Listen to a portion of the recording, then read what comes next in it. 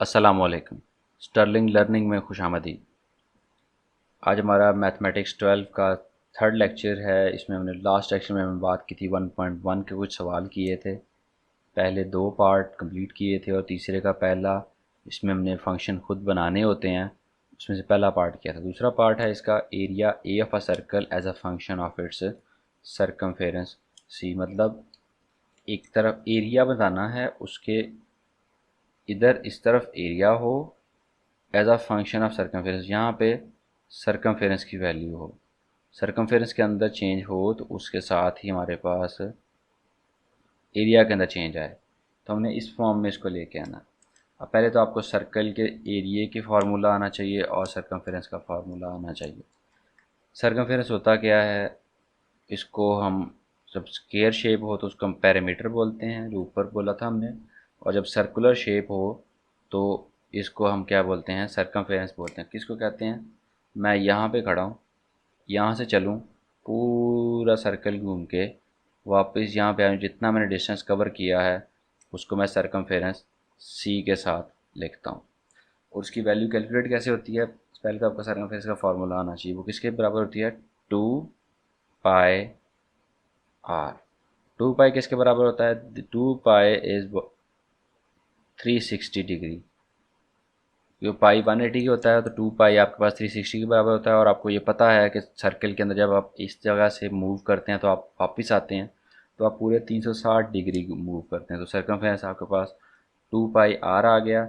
इसके बाद area of a circle, जो सर्कल का एरिया कैलकुलेट करने का फार्मूला होता है ए का, वो क्या होता है आपके पास, पाई आर का स्क्वायर। पाई आर का स्क्वायर जो है आपके पास एरिया का फार्मूला है। अब यहाँ से अगर मैंने इन दोनों में कॉमन कौन सी चीज़ है, इसमें और इसमें कॉमन है पाई और आर। ठीक है, मैं इस आर को एक तरफ रहने देता हूँ और सी की फॉर्म में उसका आंसर ला के यहाँ पे पुट करूँगा तो सी ऑटोमेटिकली यहाँ पे आ जाएगा। जैसे यहाँ पे देखो, ए है मेरे पास पाई आर स्क्वायर और सी है मेरे पास 2 पाई आर। ठीक है, तो मैं क्या करूँगा, यहाँ से आर मैंने निकालना है तो मैं क्या करूँगा, आर इक्वल्स टू 2 पाई, इधर मल्टीप्लाई इधर आके सी के नीचे डिवाइड हो जाएगा। तो मैंने आर की फॉर्म में सी वो 2 पाई निकाल लिया, इसको पुट कर दूंगा यहाँ पे। ए इक्वल्स टू पाई पहले से मौजूद है और आर के अंदर क्या आ जाएगा, सी ओवर 2 पाई का स्क्वायर। ठीक है, जब 2 पाई का स्क्वायर लेंगे तो क्या जवाब आएगा, सी स्क्वायर ऊपर आ जाएगा और नीचे आपके पास 4 पाई स्क्वायर आ जाएगा और 7 पाई तो मल्टीप्लाई हो रहा है ना ये वाला, ये पाई इस पाई स्क्वायर को ख़त्म कर देगा। तो फिर क्या बच जाएगा आपके पास, फाइनल रिजल्ट आपके पास आएगा C A equals to C square over 4 pi. तो ये एरिया का फार्मूला बन गया इन टर्म्स ऑफ सी, आपके पास आंसर आ गया। अब सरकमफेरेंस को चेंज करेंगे, यहाँ पे डायरेक्ट सरकमफेरेंस पुट करेंगे, उसके लिहाज से आपके पास एरिया की वैल्यू आती जाएगी। चौथा सवाल है, volume V of a cube as a function of its area A of its base. अब क्यूब क्या होता है, इज अ 3 साइडेड शेप होती है आपके पास, 3 डायमेंशनल शेप होती है, उसकी 4 साइड्स होती हैं और वो स्केयर, एक स्केयर बनाया है। अगर हम एरिया यहाँ पे स्केयर बनाया है तो उसको 3D में ले जाएं, मतलब जितना इसकी लेंथ है जितनी इसकी विड्थ है उतना ही हम उसको हाइट भी दे दें तो आपके पास क्या होगा, इस तरह से एक 3D शेप बन जाएगी जिसको आप ऐसे करके क्यूब की फॉर्म में पेपर के ऊपर भी शो करवा सकते हो।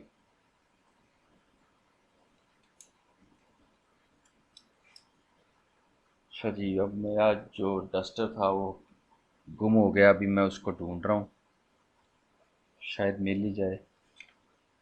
कहते हैं ना, आँख ओझल पहाड़ ओझल, है इधर ही का पास ही पड़ा हुआ लेकिन नज़र नहीं आ रहा, तो इस वजह से वो ऐसे लग रहा पता नहीं किधर चला गया।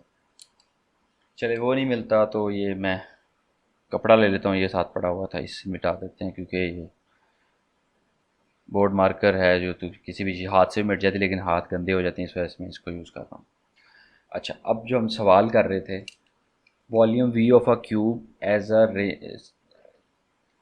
उसके जो बेस के हिसाब से। अब आपके पास क्यूब क्या होता है, इस तरह से क्यूब बनाने का आसान तरीका, एक ये बनाओ और इतने ही तकरीबन डिस्टेंस पे एक ये बनाओ। वैसे मेरी इतनी ड्राइंग अच्छी नहीं है, लेकिन ये फिर भी मैं कुछ किसी हद तक कुछ नज़र आने के काबिल बना लेता हूँ। तो ये आपके पास क्यूब बन गया, ये इसकी बेस है, ये इसकी टॉप साइड है, ये लेफ़्ट साइड, ये राइट साइड, और ये फ्रंट और ये बैक। वो कह रहा है किसी एक साइड का एरिया उसने दिया हुआ, उसकी फॉर्म में हमने इसका क्यूब का फॉर्म वॉल्यूम निकालना है। पहले तो इसके वॉल्यूम का आपको फार्मूला आना चाहिए, वो क्या है। अच्छा, पहले तो आपको वॉल्यूम पता होना चाहिए। वॉल्यूम क्या होता है, तीनों साइडों को मल्टीप्लाई कर देते हैं, width length and height, length into width into height को मल्टीप्लाई करते हैं तो आपके पास वॉल्यूम आ जाता है। जबकि जो एरिया है, जो इस बेस का एरिया है, इसमें हाइट नहीं होती। एरिया के अंदर 3 डायमेंशन नहीं होती, एरिया के अंदर 2 डायमेंशन होती हैं। इसके अंदर ये इसकी अगर मैं लेंथ ले लूँ और ये इसकी मैं विड्थ ले लूँ, तो जो एरिया होगा वो होगा लेंथ इंटू विड्थ के बराबर। अब इसकी लेंथ विड्थ और हाइट सारी बराबर होती हैं, क्यों कहते हैं, इस वजह से कि तीनों साइडें बराबर हैं। तो इसकी ये वैल्यू भी एक्स है, ये वैल्यू भी एक्स है, ये वाली वैल्यू भी एक्स है। तो वॉल्यूम की जगह अगर मैं वैल्यूज पुट करूँ x into x into x, तो क्या हो जाएगा, एक्स का क्यूब। ठीक है, और एरिया में अगर मैं पुट करूँ तो एक्स इंटू एक्स, जो हो जाएगा एक्स का स्क्वायर। अब मैंने वॉल्यूम को एरिया की फॉर्म में कन्वर्ट करना है, तो मतलब मैंने इस एक्स की जगह पे ए लाना है किसी तरह से। तो मैं कैसे ला सकता हूँ, अगर मैं यहाँ से एक्स की वैल्यू निकालूँ इन द फॉर्म ऑफ ए और यहाँ पे पुट कर दूँ, यहाँ पे एक्स की वैल्यू कैसे निकलेगी, ए का मेरे पास अगर मैं दोनों तरफ अंडर रूट ले लूँ,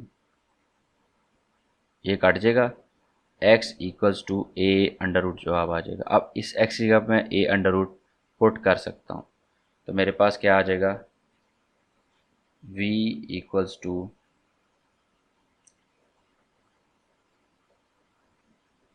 एक्स की जगह पे मैं पुट करूँगा ए अंडर रूट और उसकी बाहर पावर क्या है 3, क्योंकि यहाँ पे एक्स क्यूब था ना, तो यहाँ पे इसकी पावर 3 आएगी। और इसका जो आंसर बनेगा उसको मैं अगर पावर फॉर्म में ले जाऊँ, तो अंडर रूट का क्या मतलब होता है, ए की पावर 1/2 और बाहर पावर क्या है 3 है। तो ये क्या बन जाएगी, वी की पावर ए की पावर 3/2। तो ये आपके पास आंसर आ जाएगा in the form of volume, volume in the form of area. तो ये आपके पास फंक्शन बन गया। ये जो ए बी सी ये 2-3 फंक्शन बनाने थे, ये हमने कर लिए। अब इसके बाद हमारे पास जो नेक्स्ट चीज़ है वो है, हमने डोमेन और रेंज फाइंड करनी है और फिर इसके ग्राफ को स्केच करना है। ये बड़ी मज़े की चीज़ होती है, डोमेन और रेंज। किसी भी चीज़ के फंक्शन में डोमेन और रेंज की जो सिंपल डेफिनेशन याद करने का है कि क्या होता है, जो वैल्यू पुट करते हैं हम, जो भी वेरिएबल इस्तेमाल हो रहा है, जैसे यहाँ पे जो फंक्शन है इसके अंदर एक्स वेरिएबल है, तो एक्स वेरिएबल की जगह पे हम जो जो values as an input put करेंगे उनको हम डोमेन कहेंगे, और जो इस फंक्शन की वैल्यू निकलेगी जो आउटपुट के तौर पे आएगी उसको हमें रेंज बोलेंगे। और फिर इसके हमने से स्केच ग्राफ भी करना है, तो इसका हम क्वेश्चन लिख के बुक को साइड पे हटा के एक साइड पे क्वेश्चन करेंगे, दूसरी साइड पे उसका ग्राफ बना देंगे, आप लोगों को समझ सही आ जाएगी। जैसे पहला सवाल है, इसमें हमारे पास G of X equals to 2x-5, यही है। इसके अंदर अगर आप डोमेन और रेंज फाइंड करने का क्या तरीका होता है, हमने रियल वैल्यूज़ के अंदर ना, real value can be negative, can be positive और ज़ीरो। रियल वैल्यू जो रियल सेट होता है, ये क्या होता है आपके पास, नेगेटिव इन्फिनिटी से शुरू होता है, ज़ीरो और पॉजिटिव इन्फिनिटी से, मतलब बहुत सारी पॉजिटिव और सारी नेगेटिव वैल्यूज़ के अंदर होती हैं। यहाँ पे -1 -2, तो ये सारी वैल्यूज़ के अंदर मौजूद होती हैं। तो हमने आंसर में भी जब हम इनपुट एज ए रियल कर रहे हैं, तो आउटपुट भी हमारे पास रियल वैल्यू आनी चाहिए। कोई कम्प्लेक्स नंबर बन जाए या सॉल्व ही ना होता हो, तो ये हम उसको कंसीडर नहीं करेंगे। अब यहाँ पे ये देखें, जी एक्स इक्वल टू 2x-5, इसके अंदर अगर हम x की कोई भी वैल्यू पुट करते हैं, 2-3 वैल्यूज़ पुट करके देख लेनी है, और साथ क्योंकि हमने ग्राफ बनाना है, तो ग्राफ बनाने के लिए मैं जो इस्तेमाल करता हूँ बच्चों को भी करवाया मैंने, 10th के बच्चों को, 9th के बच्चों को। तो जो चीज़ें मैंने उनको सिखाई हैं क्या होती हैं कि हम 3 वैल्यूज़ पुट करते हैं। अनलेस एंड अनटिल आपके पास रेंज ऑफ वैल्यूज़ दी हों तो हम उसके अकॉर्डिंगली वैल्यू पुट करेंगे, और अगर रेंज ऑफ वैल्यूज़ नहीं दी हुई तो हम फिर वैल्यूज़ पुट करेंगे -2, -1, 0, 1 और 2, 5 वैल्यूज़ पुट करेंगे। यहाँ पे मैं x की वैल्यूज़ लिख रहा हूँ और यहाँ पे मेरे पास gx के आंसर आ रहे हैं, ठीक है। ये हमारे पास डोमेन और रेंज फाइंड करने के लिए भी यूज़ हो जाएगा, और साथ ही साथ ये मेरे पास जो क्या उसे कहते हैं, ग्राफ बनाने के लिए भी इस्तेमाल हो जाएगा। इसलिए मैं दोनों काम इकट्ठे कर रहा हूँ, -2, -1, 0, 1 और 2। तो जब पहले -2 पुट करेंगे तो क्या निकलेगी gx की वैल्यू,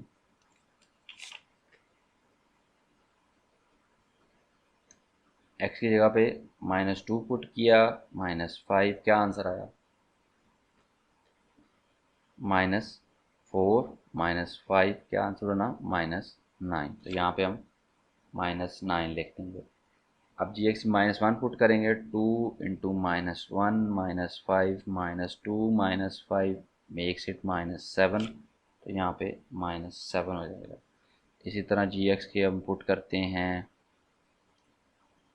ज़ीरो वैल्यू, 2 0 -5, तो क्या वैल्यू हो जाएगी gx -5। 1 पुट करेंगे, यहाँ पे -5 आ गई। जब 1 पुट करेंगे, 2 इंटू 1 -5, तो 2 में से 5 निकलेंगे, आपके पास आंसर आ जाएगा -3। तो यहाँ पे आपके पास -3 आ गया। और इसी तरह आपके जब 2 पुट करेंगे, 2 2 ज़ार 4 -5, 4 -5, क्या आ जाएगा आपके पास, -1 आंसर आ जाएगा। तो ये आपके पास जी ऑफ एक्स की वैल्यूज़ आती जा रही हैं, ठीक है। तो यहाँ पे -1। अब अगर इससे आगे जाएँ, 3 पुट करें तो 3, 2 इंटू 3 6, -5, तो +1 और +2, इस तरह हम पॉजिटिव वैल्यूज़ की तरफ जाना शुरू कर देंगे। तो इसका क्या मतलब हुआ, रेंज ये है डोमेन और ये है रेंज। मैंने पुट की रियल नंबर्स, तो मुझे आंसर मिल रहे हैं रियल नंबर्स में। कोई भी रियल नंबर नेगेटिव पुट कर लूँ, पॉजिटिव पुट कर लूँ, मेरे पास आंसर क्या आ रहा है, रियल नंबर ही आ रहा है। तो मैं लिख दूँगा इसकी डोमेन क्या है, इसकी मैं डोमेन लिख दूँगा रियल नंबर्स, हकीकी अदाद। और इसी तरह रेंज मेरे पास क्या हो जाएगी, ये भी मेरे पास रियल नंबर्स हो जाएगी, ठीक है। तो इसको मैं रियल नंबर इस तरह अगर ना भी लिखना चाहूँ, थोड़ा सा सफाई के साथ लिख लूँ, अगर आप यहाँ पे नज़र सही नहीं आ रहा होगा, तो अगर मैं थोड़ी सफाई के साथ भी लिख लूँ तो इसको मैं डोमेन लिख सकता हूँ आर के बराबर। सीधा सीधा आर लिख दूँ तो मतलब ये रियल नंबर्स हैं, और रेंज जो है वो भी आपके पास real number, any real number can be put in this equation, और वो आपको रियल नंबर ही आंसर देगा। तो ये आपके पास रियल नंबर्स आ गए। अब इसका ग्राफ कैसे स्केच करते हैं, ये आप लोगों ने 9th के अंदर भी और 10th के अंदर, 9th के अंदर ख़ास तौर पे हमारे पास चैप्टर हैं, चैप्टर नंबर 8, 9, उसके अंदर हम ग्राफ ड्रा करते हैं, और साथ ही साथ डिस्टेंस फार्मूले से वो डिस्टेंस वगैरह भी कैलकुलेट करते हैं। लेकिन चलें, अगर आपने सीखा है, आते हैं तो बहुत अच्छी बात है, अगर नहीं आते तो हम, इसीलिए तो मैं पढ़ा रहा हूँ आप लोगों को, अगर जो चीज़ नहीं आती हम यहाँ पे करेंगे। ग्राफ में क्या होता है, एक एक्स एक्सिस होता है और एक वाई एक्सिस होता है। ये एक्स एक्सिस होता है और ये आपके पास वाई एक्सिस होता है। दरमियान में ये वैल्यू होती है ओरिजिन। लेफ़्ट साइड पे, राइट साइड पे जाएंगे तो क्या होगी, पॉजिटिव वैल्यूज़ होंगी, और लेफ़्ट साइड पे जाएंगे तो नेगेटिव वैल्यूज़ होंगी। ये जो डिस्टेंस है, ये आपने एक जैसा रखना है स्केल के साथ, कोई भी छोटी से छोटी वैल्यू ले लें, लेकिन डिस्टेंस सबका एक जैसा होगा। ये एक्स और वाई का, ये सबका, ये मेरा भी इतना सही नहीं आ रहा, लेकिन मैं फिर भी अंदाजे से एक जैसा लगा रहा हूँ। आपने जब भी ग्राफ बनाना है, या तो ग्राफ पेपर पे बना लें, उस पर पहले से डिस्टेंस अच्छी तरह से कैलकुलेट करके दिया होता है, या अगर आपने ग्राफ पेपर पे नहीं बनाना तो आप खुद लगा रहे हैं, तो आप एक स्केल रखें और उसके हिसाब से आप उसकी वैल्यूज़ लगा दें। अब यहाँ पे ये नेगेटिव की तरफ, ये पॉजिटिव की तरफ मैं नंबर नहीं लिखूँगा क्योंकि बहुत वो मिक्स हो जाएगा। मैं अब हमारे पास x की वैल्यू क्या है, -2, एक्स के तक जाएंगे हम -2 तक। यहाँ से y की -9 है, 1 2 3 4 5, y नीचे की तरफ नेगेटिव, ये इधर नेगेटिव, यहाँ पे नेगेटिव होता है ये, यहाँ पे पॉजिटिव होता है, यहाँ पे ये नेगेटिव होता है और ये पॉजिटिव होता है। अब यहाँ पे देखो -2 है x में, तो ये यहाँ से नीचे की तरफ जाएंगे 9 पॉइंट, 1 2 3 4 5 6 7 8 और 9। जब मैं 9 तक पहुँचूँगा तो ये यहाँ से डॉटेड लाइन मिलेगी, तो ये पॉइंट जो है this is my point -2 and -9। इसी तरह आपके पास -1 है तो वो कहाँ तक आ रहा है, -7 तक। तो ये मेरे पास दूसरा पॉइंट है। इसी तरह ज़ीरो के ऊपर जब x ज़ीरो हो जाता है तो वो कहाँ तक जाता है, 1 2 3 4 5, -5 तक जाता है। और इसी तरह आपके पास 1 जब होता है तो ये -3 तक जाता है, यहाँ पे आएगा। 2 जब होता है तो ये -1 तक जाता है, और जब ये 3 होगा तो आपके पास +1 पे चला जाएगा। और इसी तरह ये एक लाइन ग्राफ बनेगा, ऐसे लाइन चलती जाएगी। अभी ये टू दी स्केल नहीं था, प्रॉपर नहीं था, तो ये लाइन ग्राफ बनेगा। लाइन ग्राफ क्यों बनेगा, क्योंकि there is no higher power than 1। जब अब इसके अंदर वेरिएबल जो उनकी पावर 1 हो तो एक स्ट्रेट लाइन ग्राफ बनता है, इस तरह से एक सीधी लाइन बनेगी आपकी, ठीक है। आप इसको अगर जब टू दी स्केल करेंगे तो आपको इस चीज़ की समझ आ जाएगी। अच्छा जी, हमने एक सवाल किया है ग्राफ बनाने वाला और उसके फंक्शंस बनाने वाला, इसी तरह का 2x-5, इसी तरह के सवाल ये हैं।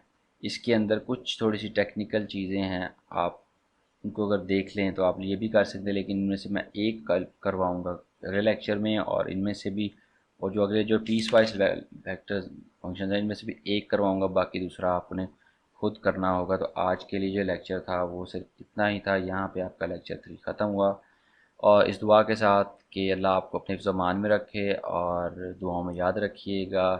अल्लाह हाफ़िज़ और अल्लाह आपका निगहबान।